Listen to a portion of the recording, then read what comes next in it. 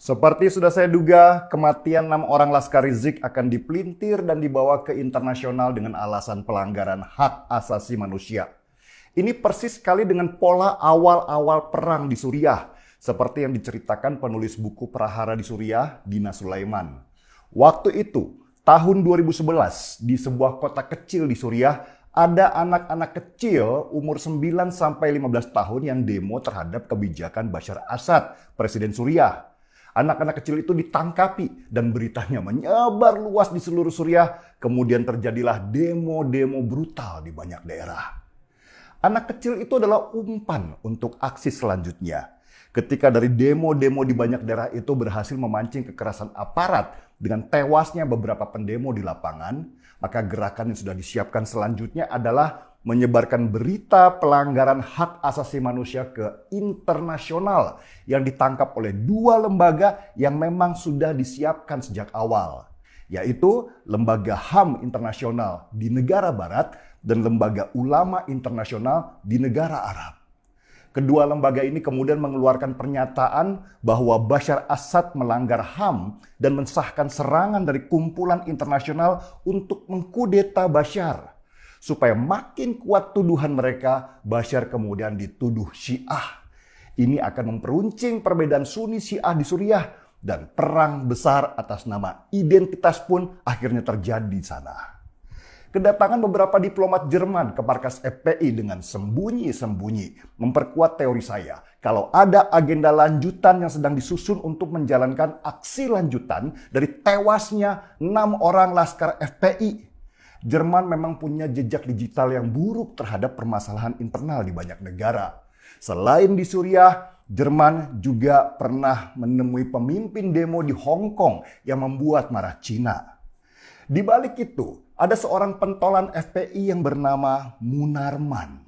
Munarman adalah seorang pengacara yang sempat mau dipecat oleh Dewan Pengurus Yayasan Lembaga Bantuan Hukum Indonesia atau YLBHI.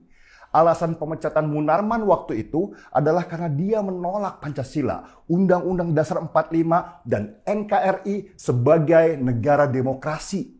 Dia juga diduga kuat terlibat dalam organisasi Hizbut Tahrir Indonesia atau HTI yang sudah dibubarkan oleh pemerintah. Pembelaan Munarman waktu itu, dia tidak terlibat di HTI, hanya berkawan saja dengan mereka. Munarman juga pernah dilaporkan ke Polda Bali tahun 2017 lalu oleh masyarakat lintas agama di Bali karena menghina para pecalang. Tetapi laporan itu sampai sekarang belum ditindaklanjuti.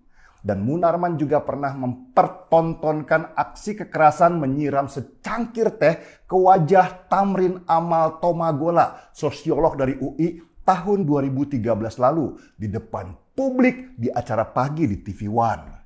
Sayangnya, Tamrin Amal Tomagola gak mau menuntut Munarman karena kekerasan terhadap dia. Mungkin karena takut melihat Munarman dengan laskar FPI di belakangnya. Dan perlu Anda semua tahu, Munarman pernah masuk penjara di Depok tahun 2007 lalu karena dianggap menyerang seseorang dan karena kepemilikan senjata api dan bahan peledak ilegal. Dan Munarman bilang kalau anggota FPI tidak pernah membawa senjata api. Munarman ngibulnya keterlaluan. Jejak digital nggak pernah bohong, bro. Dan tahun 2015 beredar foto dan video Munarman di media sosial ketika dia berbayat kepada ISIS, organisasi kejam yang tujuannya untuk mendirikan negara agama di seluruh dunia. Begitu banyaknya dosa-dosa Munarman yang mengerucut pada satu benang merah bahwa Munarman sejatinya adalah orang yang punya ideologi militan untuk mendirikan negara agama di atas negara Republik Indonesia. Ini seharusnya sudah lama menjadi bahan dari kepolisian untuk menangkap Munarman sebagai salah satu dalang permasalahan intoleransi dan radikalisme di negeri ini.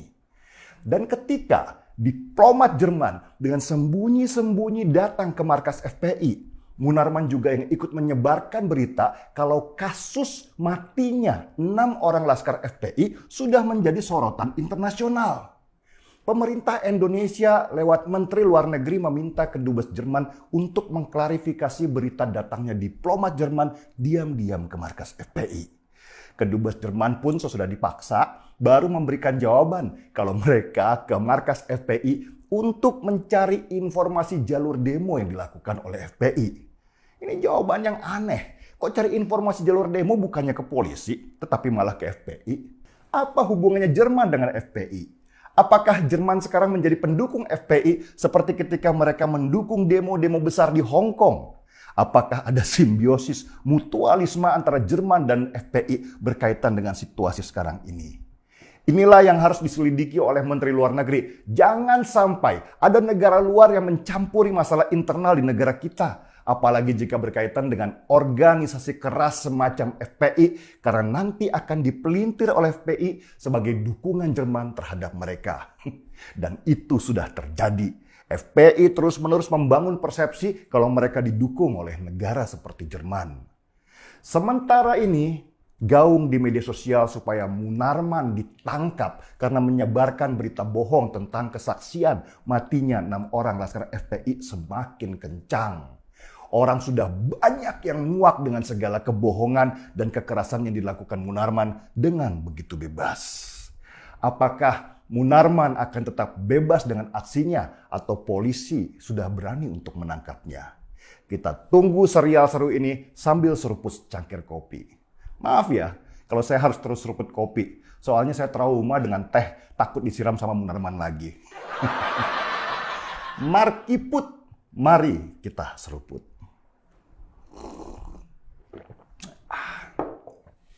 Saya Denny Siregar, kita di acara Timeline.